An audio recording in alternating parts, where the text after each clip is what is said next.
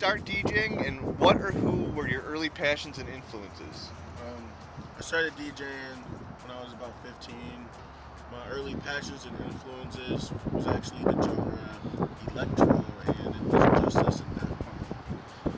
Nice. What do you personally consider to be incisive moments in your artistic career? I gotta say, when I got my first board and I started to find out how mixing worked and everything, and just I would study like house beats and just listen to them. And then after that, I kind of wanted more to this, and I just decided to become a producer from that. Cool, cool.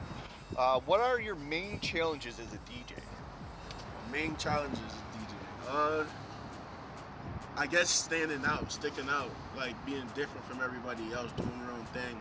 I've actually caught on to that recently. I've developed my own sound, and like with production and everything, and making the music and then playing it live, just your track selection. I think that's my biggest challenge.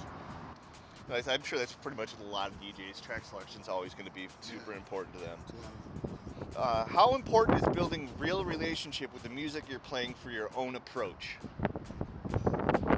Um, it is very important. Like, you want to feel the music that you're playing, you want to know it so you can connect with it. And if you connect with it yourself, then the people around you who you share it to will connect with it as well. It's kind of like a chain reaction, if that makes sense. How do you prepare for your sets? What makes you decide to play a particular record during one of your sets? Ever since I started playing shows, like I got my first gig, I just literally go off the top of my head. I don't prepare a set list. I don't go over anything. I'm not saying that it's better to do it that way. It's just what's worked for me. Like when I played for big guys and big venues and all that, I just go off the top of my head, and whatever hits, and whatever comes in my mind, I put out, and the crowd seems to have a great reaction. So you tend to play like with the crowd's reactions a little bit more, and like if they're digging something, you're just gonna go for it. Then. Yeah, definitely. Cool. What's your opinion on the importance of roots, traditions, and respecting originals and sources? I think it's very important to always remember where you came from. I think it's always important to remember the roots that put you in your music, because that's your essence. That's like inside of you.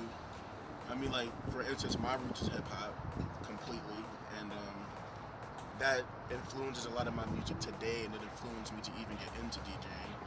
So that's like my take on it. I think it's very important to remember that, keep that in mind.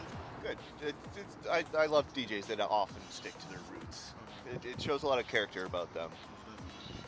If you could be stuck in one year's music scene, which year would it be? 90s. I love the 90s. I love Pop, Biggie, like Rakim, all those guys. NWA. I mean, they were kind of like late 80s, but Yeah, but still, they carried they through. broke up in the 90s. Yeah, this is good stuff, man. Yeah. What subgenre do you think doesn't get the attention it deserves? Definitely experimental trap and dark trap and all that weird stuff. Like, it's still bass music. It falls under the same category.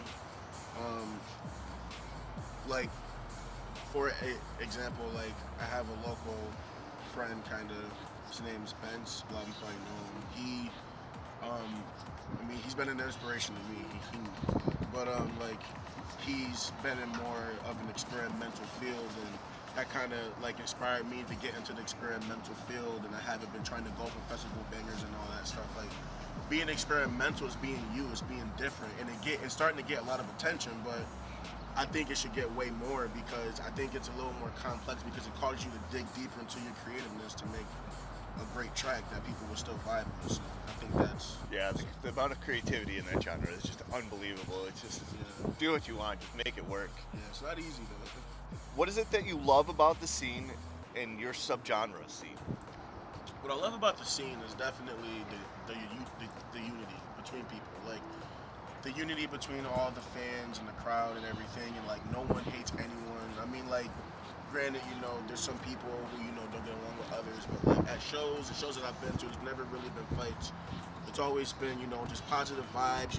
Everyone likes the same thing. Everyone's there for the same thing. They're there to hear some great music and dance and have a good time. And that's primarily in the electronic scene.